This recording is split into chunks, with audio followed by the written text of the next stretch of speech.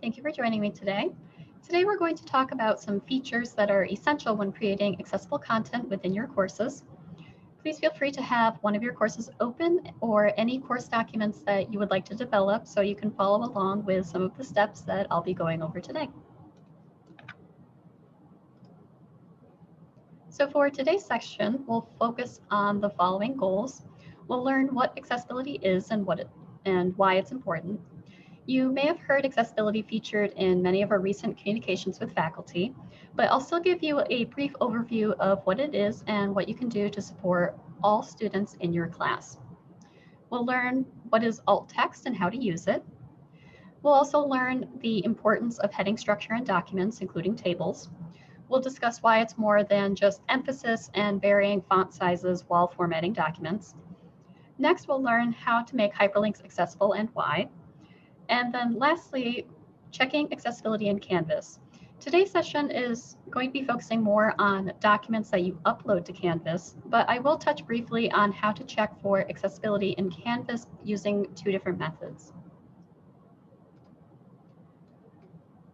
So while a definition of accessibility is the quality of being easy to obtain or use, it's more than that when it comes to educating learners. It's accomplishing the same goal by different means. When adapting your curriculum, imagine this image of 4 identical bicycles.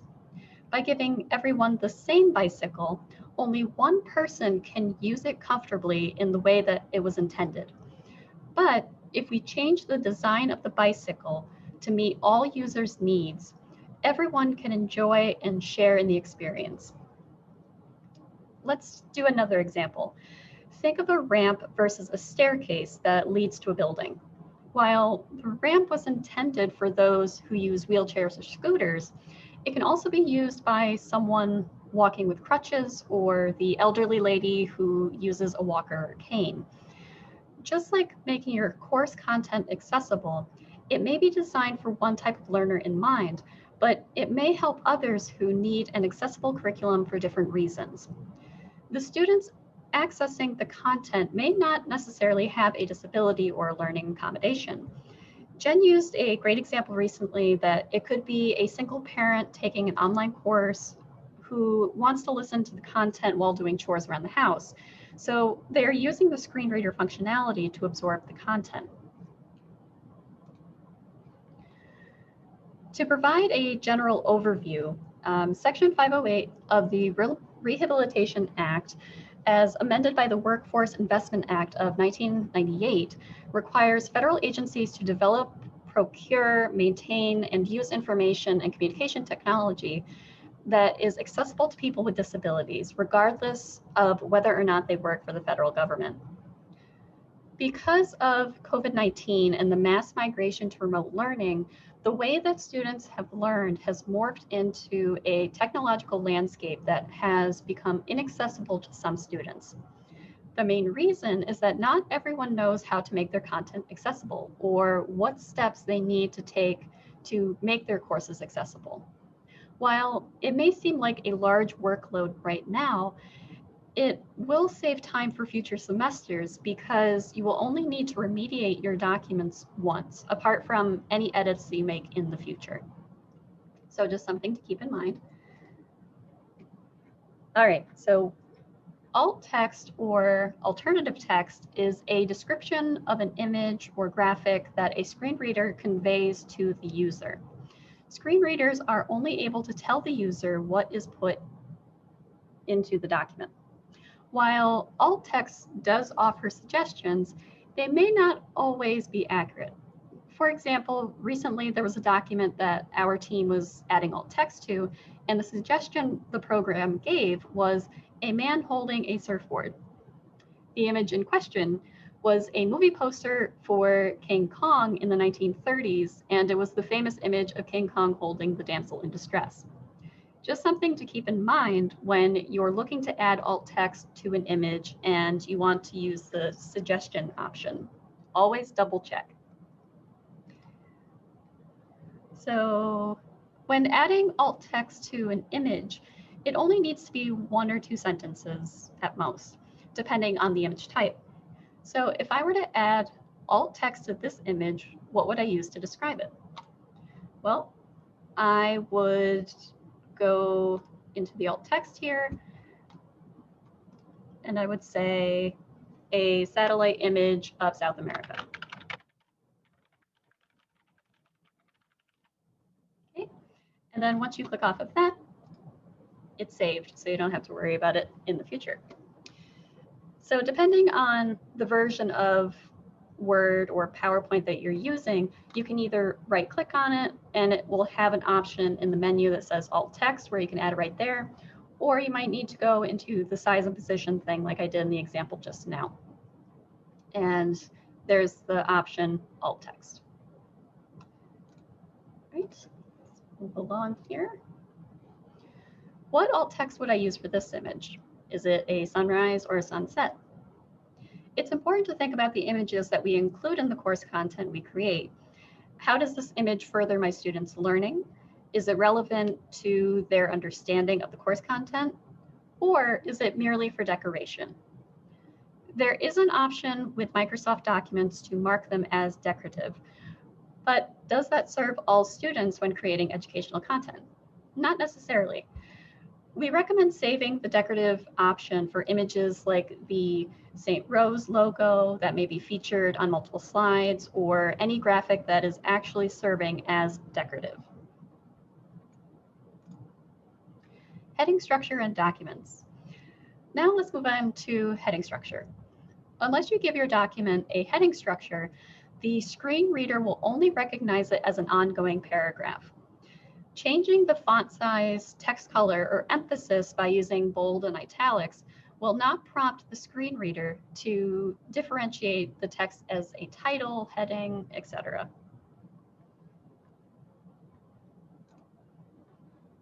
If you use tables in your documents, such as the syllabus or any rubrics used for grading, it's best practice to make sure that there is a header row as well as providing the table with alt text. The screen reader function treats tables like an image and a list. These additions make it easier for the screen reader to break down the table for the user. And we'll show an example of that in a few minutes. Yes, even hyperlinks need to be accessible. They should be labeled appropriately so the screen reader doesn't have to read an entire URL like the example here on the screen. If I wanted to fix this URL, I would right-click on the URL, then I would select Edit Link, and where it says Text to Display, I would adjust it to something that's relevant to the text. So this one was about captioning, so I would do Create Captions How To. Something simple like that. Or if it was just a YouTube video, you could select YouTube or just write out YouTube. That's another example. Right. So now that I've talked a little bit about different functions or different steps that need to be done within documents, let's see an example of how you can differentiate your document structure using a Word doc. So let me just switch my screen here.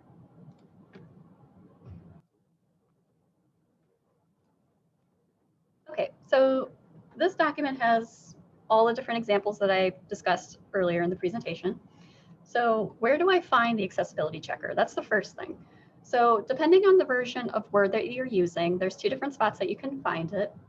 There is an option when you go to the Review tab to check the accessibility. The version that I'm using doesn't have that, but this would be another spot that you could find it.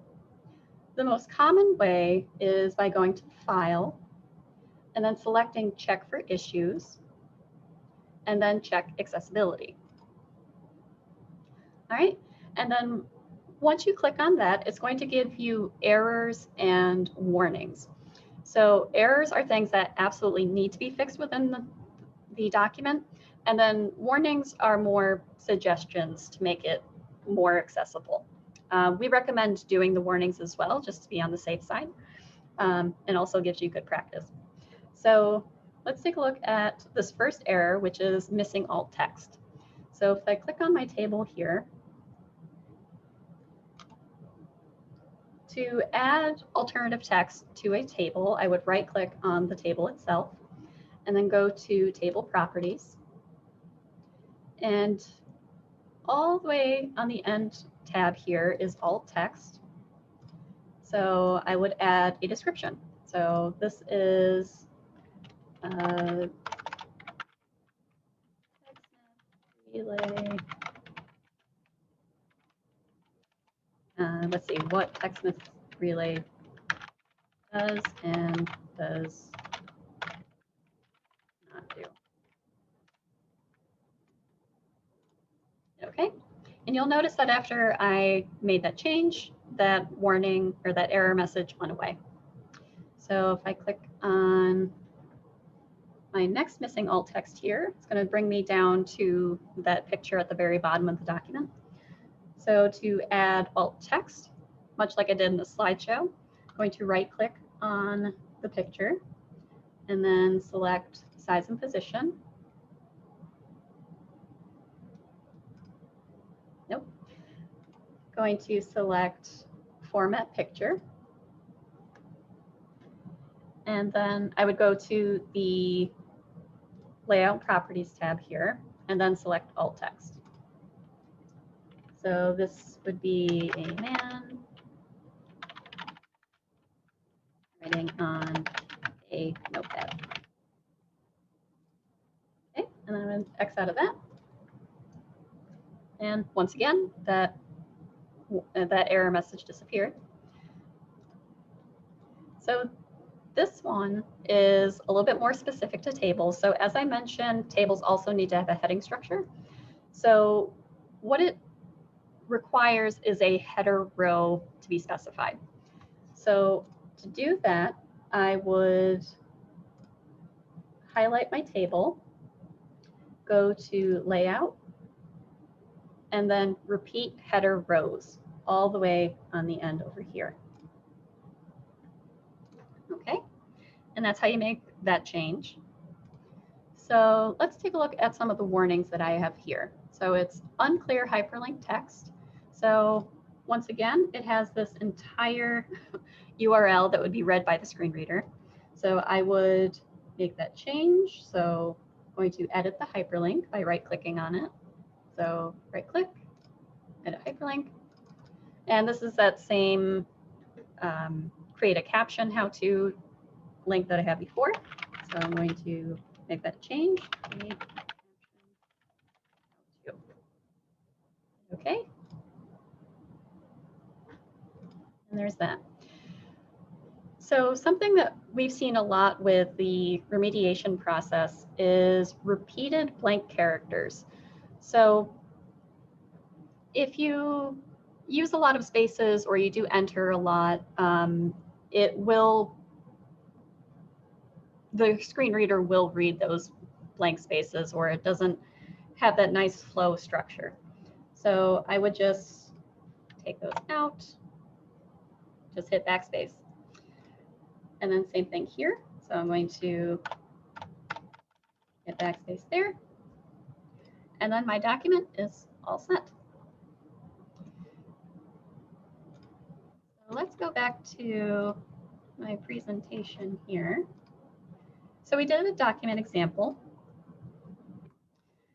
And let's focus on Canvas for a few minutes. So while we focus on the documents that you can upload to a course, there is a way to check the accessibility of the resources within your course. So you can check your course by using the You Do It tab in your course's navigation menu, or you can check your course content in the Rich Content Editor when you're building an assignment, discussion, etc. So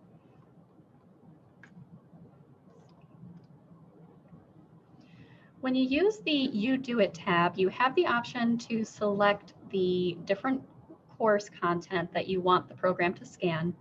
We recommend using all the selected options to ensure that the entirety of your course is accessible. One thing to keep in mind is that even though the Files option is selected, UDoIT will not be able to check your files for accessibility. However, if it will give you a total number of files that are within your course, so you can see if you have duplicates. So if you copy course content from semester to semester, keep in mind that this can also copy over multiple versions of the same documents and take up valuable storage in your course. So I'm going to pull up a demo course here.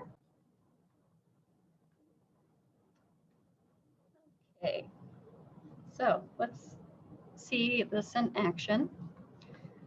So I'm going to go to my course navigation menu here and select the UDoIT option. Okay. The UDoIT scan will take a while depending on how much content you have in your course.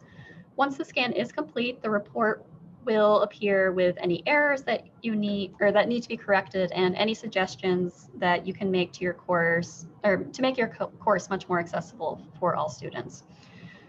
Errors will appear with red circles next to the resource or resources, and suggestions will be blue circles. So let me just go ahead and run a scan here. So I would click on scan this course. And you'll see that I have all the options selected. So announcements, assignments, discussions, files, but as I mentioned before, UDoIT does not actually scan the files. It just tells you how many documents you have in the course. Okay, so as I mentioned before, the errors will appear in red, and then any suggestions that UDoIT has will appear in blue. So it looks like I have a page here that needs to be fixed. So I'm going to click on my page here, and it will tell you why it needs to be fixed. So headings should contain text. So I can view the source of the issue to know which page that it's referring to. All right, so then I would select You Fix It. And I can add a heading. I know this is for my home page of the course, so I'm going to say, welcome to my demo course. And then click Submit, and it's done. Right, and then once again, we have the suggestions, so adding alternative text to all those images and any URLs that need to be fixed. It comes up with those suggestions as well. And then, as I mentioned before, adding emphasis to text such as text color or bold or italicized. It will ask you to make those changes as well. So take a look at this. Edit image, view the source of the issue. All right, You Fix It. So I'm going to add text. Instructor. Click Submit. And then same thing here, link text should be descriptive. So let's take a look at the source of the issue. And this is a Zoom link, so I'm going to fix that.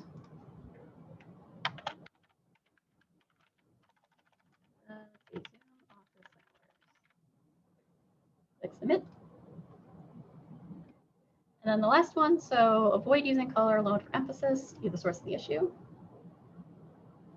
So I think this color is slightly gray, so that's why it's having me fix that color. So I'm going to remove the color from this text, select Submit.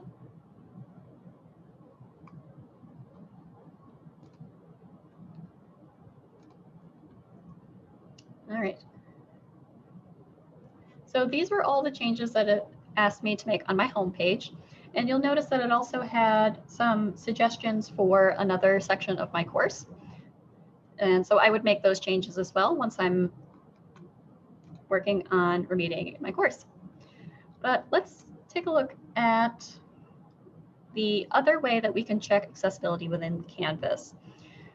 So I'm going to go into one of my modules here and select my page. Click Edit. Okay, so we recommend using the accessibility checker as you are building content in Canvas. If there are changes that need to be made, you will get a little notification on the person icon here underneath your rich content editor. By clicking on the accessibility checker, you will get feedback on what needs to be changed and why. So what would happen is, if I clicked on that little person icon, I would get a window on the side here. That's the accessibility checker. So very similar to Word where it had it on the right-hand side. And the suggestion that it's asking me to make, headings should not contain more than 120 characters. So I can change the heading to a paragraph, or I can adjust the text to make it smaller. So let me just close out of that and see if that works. I already submitted my course evaluations for this course through another courses, Smart About Wordle.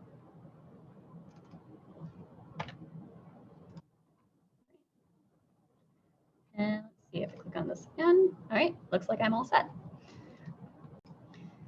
If you have any questions about the accessibility remediation process, please reach out to us at onlinelearningservices@strohs.edu, and we'll be happy to help. Thanks for joining me today.